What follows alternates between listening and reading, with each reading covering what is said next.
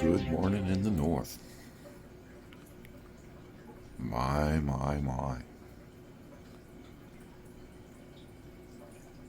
That, I don't know. I think I can see an improvement after my new UV bulb in just 12 hours.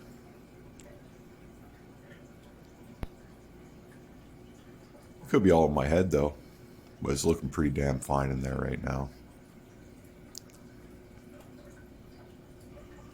Little dude's gotten more aggressive, so I guess that means he's on the mend. I still haven't seen him eat the mainstay pellet, but he does eat Bug Pro, so testament to the North Fin food.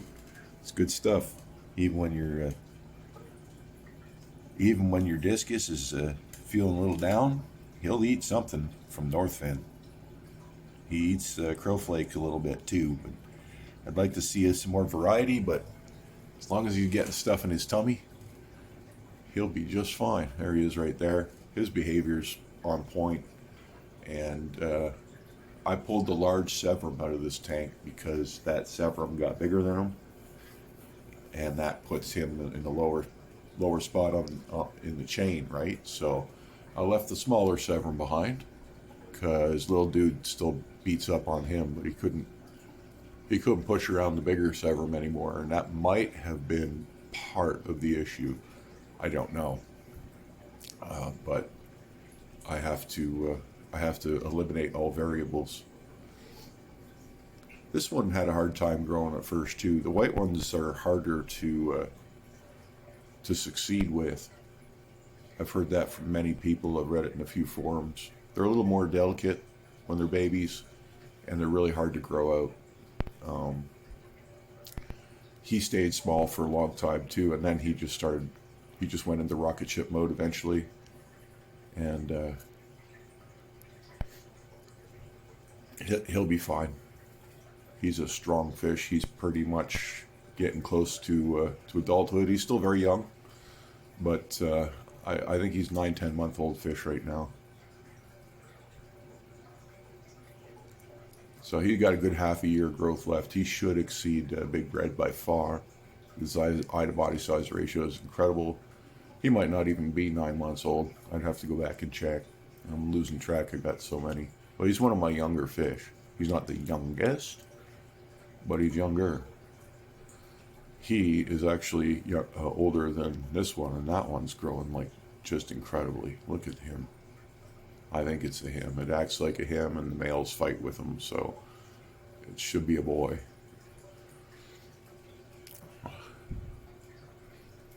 And she's my stunted girl. She still shows stripes. She always pretty much does, but sometimes she has a good day, and she doesn't. She eats well. She actually has gained a little size lately. I'm surprised. I thought she was going to stay stuck, but she's gained a little size lately. Look at that water with the new UV in there. Let me tell you. So, I think the units are good for 3. I would say 3 months is the threshold. And if you want to be, paranoid and absolutely sure you're getting maximum protection, I would change them out every 2 months. The bulb is still downstairs running.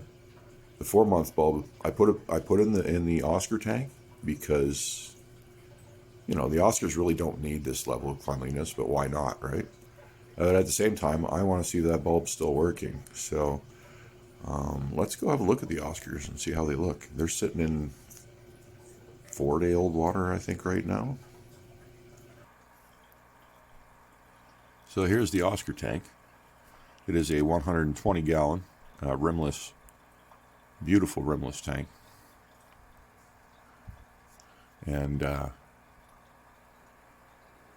it was running without significant UV this almost probably 2 weeks, close to 2 weeks, because its UV bulb died.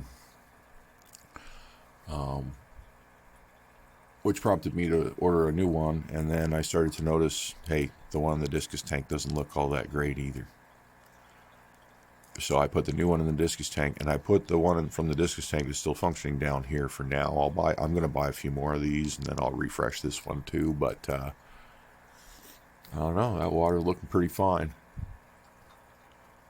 It wasn't really looking all that bad anyway, but I think that bulb still works to a degree.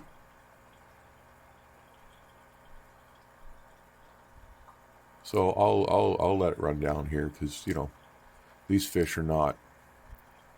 These fish can take a normal tank without that stuff. You don't have to jump through hoops. Oscars still need to be kept clean, don't get me wrong. You keep them in a swamp tank and you're going to get Oscars with hole in the head. And if you've ever seen that disease progress on a fish, it's absolutely, it's just horrible. It might as well be called fish zombie disease, because they're rotting alive. A hole in the head, it's more like craters over the whole face, and it just eats the fish alive. Microbiology it's bacteria, it's just eating the fish alive. And dirty water brings on hole in the head, and these are dirty fish. And although this is a 120-gallon tank, if you've never been here before, I have this tank linked into 450 gallons water total. So I have a 450-gallon centralized continuous flow system set up down here in the basement. And all the water in all these tanks is the same water. This tank is taking in, it's a 120-gallon tank. Every hour it takes in and sends out 400 gallons of water. And there's 450 gallons total. Its flow rate is at 400 gallons per hour. So water enters this tank at 400 gallons per hour, and then it gets pushed down this little homemade weir I made through that blue pipe and back into the system on the other side at a rate of 400 gallons per hour. Let's have a look at the other side. This is the other side. This tank's got no fish, so it's lights out. It's actually, this one's going upstairs, and what do you see what I do upstairs this summer? It's going to be phenomenal. So this is our downstairs setup on the other side of the wall, and sort of a load-bearing wall between them. And look at that water. I mean, it's nearly a week old. It's the same water that's in the Oscar tanks. And again, I'm using that same bulb over here. It's right here in my big old 60-gallon rain barrels. And that pipe then, overflows into this tank over here.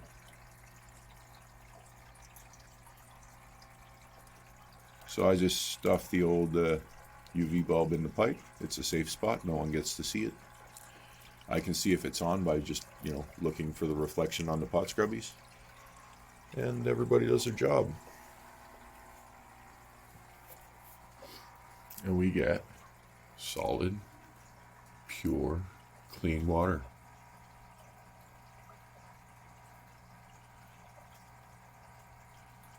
All of the every drop of 450-gallon water in this system passes over that bulb at a rate of 400 gallons per hour. Those are the sumps I use. There's 3 of these employed in the system, pushing the water around.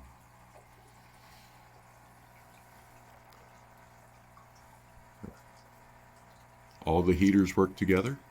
All the filters work together. As you'll see, there's going to be here's the heater temperature, right? That's the temperature of these 2 tanks. Okay. That is the temperature of those 2 barrels. Both filled to the brim, adding water to the system. This tank gets a little cooler sometimes. It's down by 0.2 degree because it's skinny. It's only got a 1 foot front to back.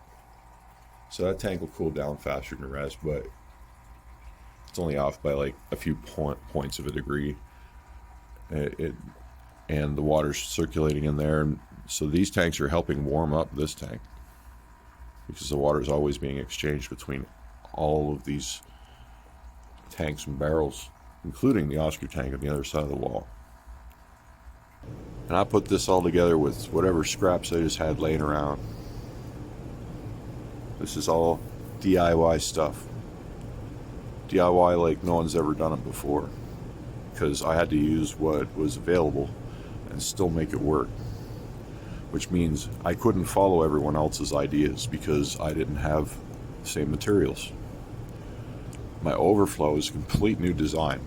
It's not what you see all over the internet, and it's actually simplified. I've simplified it. It's easier to use this one than it is to use the the U-shaped one with another apparatus on the outside of the tank. Far less materials, way easier to use, rock solid. I have no problems. There's Oscar poop going through that. I leave it wide open. There's no screen on the top. The occasional, big mama turd goes through there, no problem. Just no differently than any canister filter. It just sucks it right through.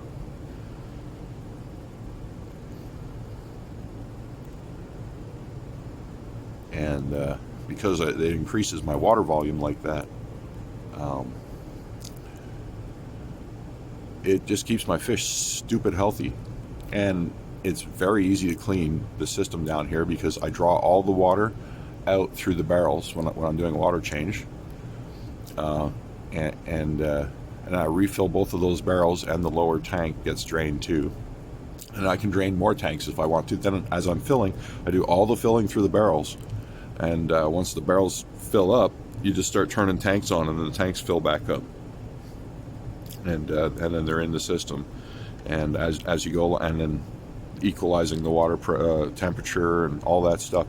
So what I've been doing down here has largely just been a big old experiment. I had Discus in mind when I built this system in the beginning. Then I had a lot more fish tanks than I had fish, clearly. And I like Oscars, so we went with the Oscars in the big tank because that's just, look at it, it's gorgeous. Why not? Why not? But all these tanks will become part of my Discus operation. And I've been beta testing this centralized stuff because I've never done it before. I know about it because I pretty much existed in the pet shop as a child, but so I'm emulating what I watched there, and it's not a new concept. Centralized tanks are they're older than me, far older than me. This is old school fish keeping at its finest right here, and I did it all with old garden hoses and scrap PVC pipe from construction sites and scrap pieces of warped 2x4 that people were throwing out because they were just not good for actual construction because they're warped. And I built all these stands with garbage. I built this whole basement with fish tanks that people wanted to throw out and materials that people wanted to throw out. Everything, even the decorations on the wall, it was stuff that was being thrown away. And this is what I made of it. So when we get this big 65 gallon, I should really get some more light down here. What can I do? I can probably do it this way instead of messing with things. This 65 gallon, I stained it up, but it's exactly like the tank in the kitchen. It's 3 foot instead of 4 foot. The Discus tank is a 4 foot, 90 gallon. Same cabinet height, same tank, same dimensions, front to back, except for this one's 3 foot and it's 65 gallon. Park that right beside the Discus tank, so they're going to look the same. And then I'm going to stain up the Discus tank in the redwood instead of the pine look that it has right now to match this. And boy, oh boy, that's going to look sweet. Then what's going to happen is on top of that, this one, there's going to be a 30-gallon long, and again, 3 foot, 30-gallon long on a rack that I'm going to build just out of, out of 2x4s like I did this one. But it's going to come up tall, and then we're going to have the 30-gallon up here, and I'll stain those all in to match this stuff. And then the 90-gallon on this side will be stained like this.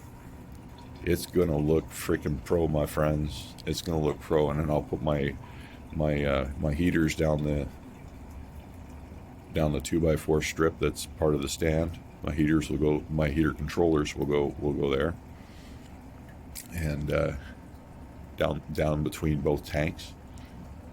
Oh, it's gonna be a beautiful sight. It's gonna be a beautiful sight. So just to help you visualize it, these barrels are coming out of here. They'll go around the corner, out of sight, out of mind. I'll pull that light shelf thing off the wall. Okay, then identical tank, but a little bit shorter, parked in there. There'll be a gap about the size of a 2x4 on each side of it, with a little bit of space, free space on each side as well. That 2x4 will come up. I'll make like a tall rectangle that comes up over the tank, high enough so I can still get in and work. And the 30-gallon long isn't as deep front to back, so it'll also be pushed back on the wall, and it won't be all that intrusive. And it'll sit probably, my ceilings are really high in this house. They're like 15 foot, so it'll sit a little higher than that shelf is on the wall there. And then it'll be exactly the same size all the way down. The 2x4s that come down the sides like this to make the frame, they'll both be rectangular, and then I'll run a piece of wood along the back, and then I'm going to bolt them into hopefully the studs on the walls, and it's only going to hold 300 gallons. It'll be fine. I've already overbuilt it right there. And then I'll stain those up cherry wood or redwood, like the tank downstairs, and we'll stain this up as well, all to match. And then I'll rewrap the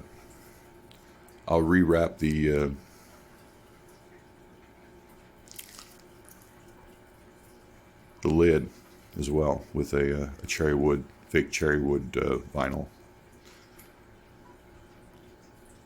And after that's all done, there's going to be, I didn't even count it all up yet, but there's going to be over 200, probably more than 220 gallons of water. Continuous flow system, exactly like downstairs, all interfacing through the sump. So these two tanks will the top one will waterfall into the bottom one. That one will waterfall back down into the sump. The sump will pump water, have a new pump installed into it that's going to pump water up to the top one.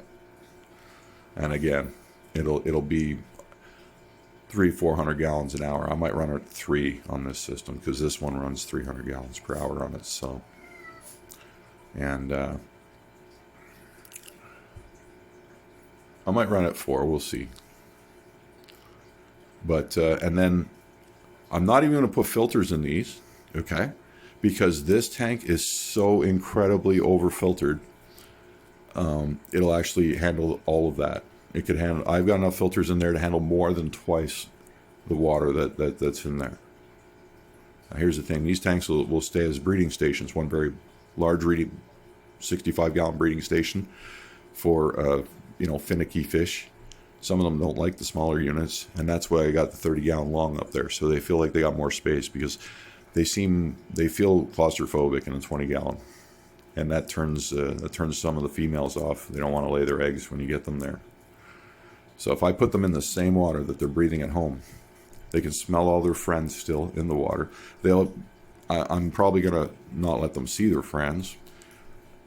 I'm gonna wrap the tanks with blue. These 2 tanks will be wrapped with blue backing, and they'll be bare bottom as well. So I'll be cleaning out the poop manually, and the water will be cleaned by the 90 gallon, and all the biology and the media I've got over here is more than enough to handle everything I'm going to do.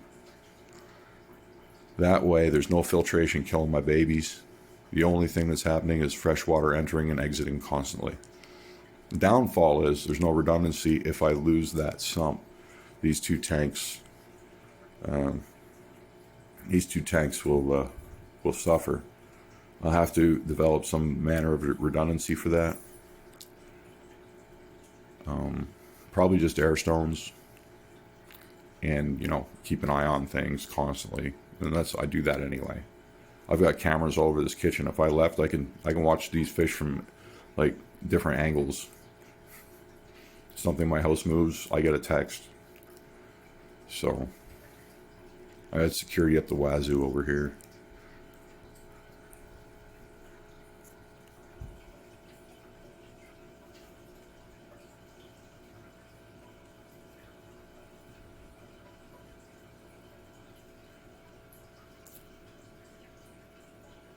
Yes, sir, Bob. That's some clear water.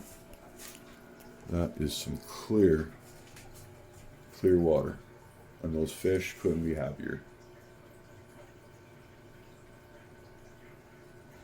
That's today's clear water tour. I guess we'll call that one. Thanks for watching, folks. I got some interesting videos coming up, too.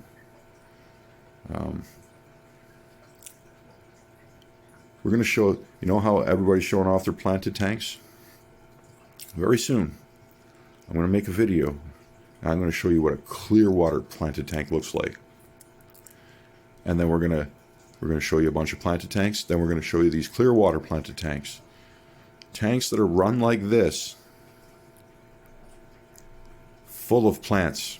And I want to show you the contrast when it comes to the beauty and the health of the plants in these tanks.